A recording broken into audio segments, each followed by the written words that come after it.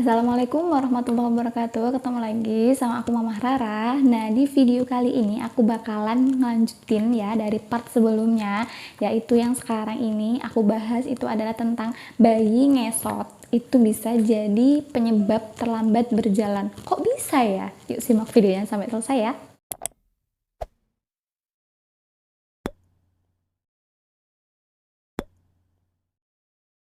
Nah, Bun, beberapa bayi itu ada yang tidak merangkak dan bahkan itu mengesot, termasuk saya gitu ya. Nah, dulu itu ngesot, Bun. Jadi itu bukan suatu hal yang abnormal, tapi mengesot itu suatu hal yang normal gitu ya. Nah, jadi penyebab ngesot bayi itu adalah kurangnya tummy time. Nah, jadi aku ada nih Bun, video di sebelumnya itu bahas tentang tummy time, gimana sih supaya bayi betah tummy time. Nah, jadi Bunda jangan menyepelekan gitu ya.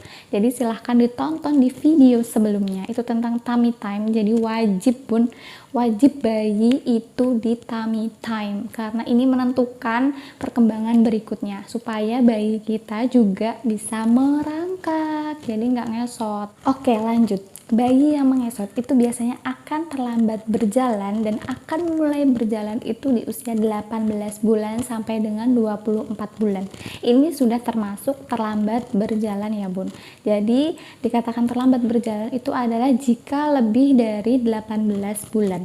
Nah, makanya itu kenapa kok bisa ya jadi terlambat berjalan, karena bayi yang mengesot itu dia tidak menggunakan tangan dan juga kakinya. Nah, jadi otot kaki dan otot lengan, otot punggung itu jadi lemes gitu loh Bun. Jadi tuh ibaratnya kalau misalkan anak tummy time itu dia untuk menguatkan otot lengan dan juga otot kaki dan otot punggungnya. Jadi kenapa sih kok tummy time itu penting banget? Nah, ini dia karena untuk menguatkan itu tadi. Jadi bayi kita itu pede gitu ya. Jadi dia percaya diri untuk menopang berat badannya dia itu untuk merangkak. Jadi kalau misalkan bayi ngesot, jangan salahin anaknya ya Bun, salahin kita sendiri, karena kita itu yang kurang menstimulasi tummy time-nya. Jadi mohon Bun di rumah sebelum terlambat gitu, coba gitu ya tummy time anaknya, supaya ini ya apa namanya, perkembangan berikutnya itu mengikuti alurnya lah gitu. Misalkan merangkak ya merangkak gitu. Kalau misalkan memang anaknya sudah terlanjur mengesot, coba Bun, coba deh sedari dini gitu ya, maksudnya sebelum dia usia 12 bulan gitu, coba deh, misalkan dia sebelum 12 bulan udah ngesot ya, coba distimulasi. Jadi Bunda mencontohkan gitu ya, mencontohkan gimana sih caranya merangkak yang benar gitu, dicontohin Bun, kita praktek Bun gitu. Nah, jadi terus kita melatih dia, terus kita coba gitu ya, bayi kita itu kita tengkurapkan di guling, jadi supaya dia itu menyeimbangkan badannya dia gitu. Jadi kalau misalkan dia apa namanya nyaman gitu ya dengan tengkurapnya dia ataupun bermainnya dia gitu, kita usahakan coba untuk merangkak gitu ya, maksudnya tengkurap gitu. Jadi kalau misalkan emang bayinya lebih memilih untuk ngesot, karena ngesot itu jalannya lebih cepet Bun gitu, karena ngesot tuh tinggal gini-gini kan, jadi lebih cepet. Tapi takutnya gitu otot-otot tangan dan otot kakinya itu nggak terstimulasi, jadi ototnya juga jadi lemas kayak gitu. Nah, kalau misalkan masih bayinya tetap masih pengen ngesot juga gitu ya, nah Bunda bisa melakukan alternatif lain gitu ya, bisa dipijat gitu untuk menstimulasi otot-ototnya supaya menjadi kuat, jadi otot tangan dan otot kakinya juga, punggung gitu. Nah, makanya kenapa sih aku bikin video di sebelumnya itu tentang pijat bayi gitu ya, untuk apa namanya menguatkan otot kaki, otot tangan, otot punggung. Itu ya ini alasannya, supaya bayi itu mau dan mampu untuk berdiri sendiri gitu ya, paling enggak apa namanya ya merayap gitulah di dinding gitu ya Bun ya, apa di apa pakai kursi atau dan segala macamnya. Tapi takutnya kalau misalkan bayi itu nggak mau atau males untuk berdiri sendiri gitu Bun, makanya perlu kita bantu, kita stimulasi dengan pijatan itu tadi. Dan bisa juga dengan alternatif lain, Bunda bisa mengajak bayinya berenang gitu. Nah, karena dari olahraga berenang itu bisa untuk menguatkan otot kaki, otot tangan, dan otot punggungnya. Oh iya, satu lagi Bun, lupa.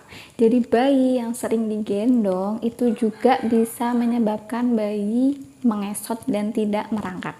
Jadi Bun, kalau misalkan Bunda di rumah biarin anak itu belajar gitu ya di playmatnya gitu, jadi kita terlentangkan aja di sana supaya bayi kita itu bisa berguling-guling sendiri gitu ya. Jadi apa namanya, yang mengatur posisi wena gitu loh Bun. Jadi biarin aja dia itu, tapi kita perlu mendampingi gitu di samping. Dan jadi supaya anak kita itu terbiasa dengan stimulasi yang kita berikan. Nah, setelah itu bayi mampu untuk merangkak sendiri. Nah, setelah bayi merangkak prosesnya cepat Bun. Jadi dari merangkak terus andan-andan, kalau orang Jawa ngomong itu. Nah, terus andan-andan gitu ya. Terus ya merayap-merayap kayak gitu. Nah, itu cepet, abis itu cepet, tinggal kita gimana membentuk kepercayaan. Nah, makanya mohon untuk distimulasi merangkaknya supaya bayi kita nggak ngesot. Tapi kalau sudah terlanjur mengesot nggak apa-apa ya Bun, karena itu juga bukan sesuatu hal yang abnormal, itu normal-normal aja, nggak apa-apa. Karena itu juga masih termasuk perkembangannya gitu. Karena kalau anak ngesot itu cuman lebih cepet gitu aja, lebih cepet tingkatannya dari merangkak, jadi dia itu udah double gitu. Cuman dia itu melewati fase merangkaknya, dia langsung duduk ngesot kayak gitu.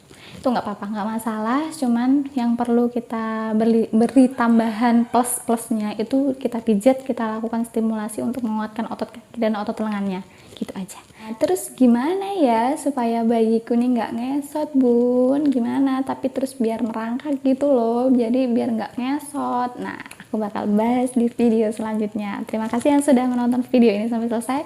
Wassalamualaikum warahmatullahi wabarakatuh.